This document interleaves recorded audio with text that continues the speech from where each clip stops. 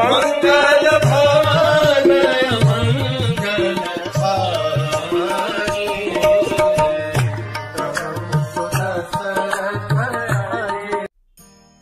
हरे कृष्ण। कल हमने देखा किस प्रकार से हेमा और मय दानव का लाइफ लगभग सेटल हो गया, लेकिन एक दिन कुछ ऐसा हुआ जिससे हेमा की पूरी जिंदगी क्षत विक्षत हो गई। क्या था वो? एक दिन इंद्र मय दानव के महल में आए। मय दानव ने बहुत आराम से, बहुत आदर आतिथ्य से उनको स्वागत किया, उनकी पूजा वगैरह की। इंद्र वॉज पूरी प्रशंसा कर रहे थे इंद्र मय दानव, और प्रशंसा करते करते करते उन्होंने पूरा महल घूम लिया। और जब मय दानव अपनी प्रशंसा सुनकर के स्मित हास्य किए, उस स्मित हास्य ने इंद्र के मन को इतना क्रोधित कर दिया, एक क्षण में उनका पूरा सिस्टम चेंज हो गया, पूरा डिविनर चेंज हो गया। इंद्र जो अब तक मय दानव की पूरी प्रशंसा कर रहे थे, अब उन्हें गालियां देने लगे। आंखें जो कृपा से भरी हुई थी एकदम लाल हो गई, और इंद्र ने कहा, हे मय, तुम्हारे इस इंटेलेक्चुअल प्रोवेस और आर्किटेक्चरल प्रोवेस से स्वर्ग का आधिपत्य खतरे में आ गया है। मैं विश्वकर्मा के अलावा और किसी को भी ये सारी विद्याएं इस्तेमाल करते हुए नहीं देख सकता। विश्वकर्मा के अलावा कोई दूसरा भी, I don't want any second to Vishwakarma also, ऐसा कहते हुए इंद्र ने तुरंत अपना वज्र निकाला और मय दानव के छाती पर मार दिया। मय उस वज्र के प्रहार को न सहन करते हुए आक्रांत पीड़ा में लहूलुहान लथपथ शरीर उधर त्याग दी अपना प्राण, और हेमा वहां पर रोती बिलखती रह गई। ये क्या हो गया था? इंद्र जो करने आए थे वो उन्होंने कर दिया और वो चले गए। मय मर गए थे और हेमा विधवा हो गई थी। अब हेमा को वहां रुकने का कोई प्रयोजन ही नहीं था, और हेमा वहां से जा रही थी, और जाते जाते ये सारी कथाएं वो अपनी दासी को सुना रही थी कि अरे मय दुंदुभी, मंदोदरी और मायावी की याद कोई तो करे। And that is how Hema's chapter began, if you remember, कि हेमा अपना महल छोड़ करके जा रही है, जिस महल में उसकी असंख्य यादें बसी हुई हैं, और उन यादों को ताज़ा रखने के लिए हेमा अपनी दासी को, जिसको वो महल सौंप करके जा रही है, उसे ये सारी कथाएं बता रही हैं, और ये कथाएं सारी हुई फ्लैशबैक में। सो ये याद करेंगे आप, हमने इनिशियली जब हेमा की कथा शुरू हुई तब कहा था। So this is how Hema and Maya Danava's chapter comes to an end. In between we shift to Dundubhi. Dundubhi Ravan के साथ रहते हुए अपने अधिकार, शक्ति और सामर्थ्य के पीछे इतने मदांध हो गए कि एक समय आया जब दुंदुभी all that दुंदुभी wanted was a fight. He wanted to fight. इतना बड़ा विशालकाय शरीर था, 10,000 हाथियों का बल था, और ये सारा बल किसी के साथ एक द्वंद्व प्रतिस्पर्धा में काम ना आए तो क्या उपयोग? सो demons have a very simple way.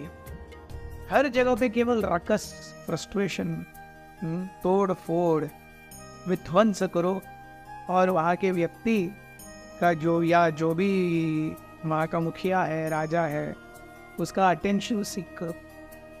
ऐसे कहते हुए या ऐसा सोचते हुए दुंदुभी ने एक बार एक बहुत बड़े सांड का रूप लिया, और उसने एक बहुत बड़े पहाड़ से समुद्र के बीच में छलांग मारी। वो छलांग इतनी भयावह थी कि समुद्र प्रैक्टिकली उस क्षण के लिए जैसे पूरा से 2 भागों में बढ़ गया। उस क्षण के लिए इतनी भयावह वेव्स आई कि वो एक दो वेव्स में ही कई सारी व्हेल मछलियां और शार्क्स मीलों मीलों तक समुद्र के किनारे जा पड़े। It was a mega tsunami. हमने देखा था सुनामी 15-20 फुट की एक एक वेव थी। यहाँ पर इस मेगा सुनामी में इतने और कोई व्हेल शार्क वगैरह बाहर नहीं आया।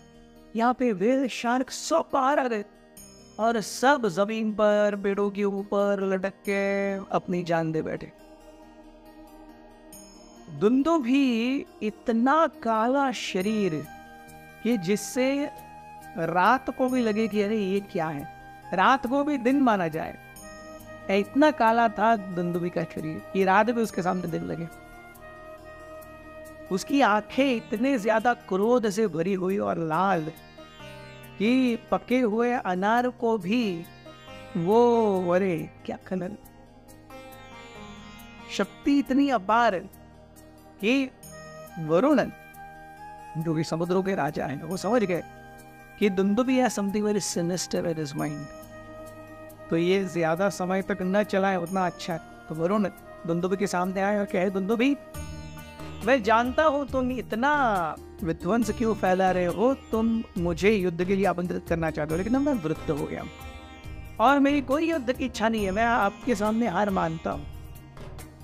आप जाओ और आप हिमालय के जो राजा हैं हिमवान, उनसे देखो, you will get a good deal with him. अतीव निराश, हेल्पलेस, कांट डू एनीथिंग, राजा ही जब आकर के बोलता है आई कांट डू एनीथिंग, तो दुंदुभी क्या करे? He went to Himalaya. Himalaya के ऊपर भी वो सेम चीज, हर जगह पर विध्वंस, नाश, पूरी तरह से ध्वस्त कर देना। इतना गड़बड़ हुआ कि राजा हिमवान दुंदुभी के सामने आए, बोले, दुंदुभी मेरे यहाँ पर साधु महात्मागण आते हैं, निवास करते हैं और अपनी इस शरीर के आगे की यात्रा को सफल बनाते हैं। मैं अपनी शक्ति प्रदर्शित नहीं करना चाहता और उस शक्ति प्रदर्शन में जितने सारे इन साधुओं का विनाश होगा वो मैं नहीं देखना। I accept defeat. आप शिव जी के पास जाइए। दुंदुभी वहां से भी फ्रस्ट्रेटेड शिव जी के पास गए। शिव जी के वहां पर कैलाश में उन्होंने उत्पात तांडव मचाया, but somehow Shiv ji was not in a mood to fight. He was like, Shiv ji ने कहा आप इंद्र के पास जाइए। Getting more and more frustrated, Dundubi finally came to Indra. I want to fight with you. Indra ने देखा भाई यहाँ से कुछ होने वाला नहीं है, और वो बोला, हे, he used a different tactic. He did surrender. He said, रे मूर्ख, तू मरना चाहता है ना, तेरी मृत्यु मेरे बेटे वाली के हाथों लिखी हुई है। मेरा बेटा तुझे ऐसे चैलेंज करेगा, तेरी मृत्यु उसके हाथों होगी, जा, और अगर मरना है तो उसे चैलेंज कर। सो दुंदुभी वाज लाइक, इंद्र ने अपने दोनों तरीके से जान बचाई। एक तो बोला कि मेरा बेटा ही तेरे को मार सकता है, मैं क्या तेरे को हाथ लगाऊंगा। दूसरा, अब वाली और दुंदुभी का ड्यूअल होगा, वो क्या होगा और उसका परिणाम क्या होगा ये हम देखेंगे। बने रहिए।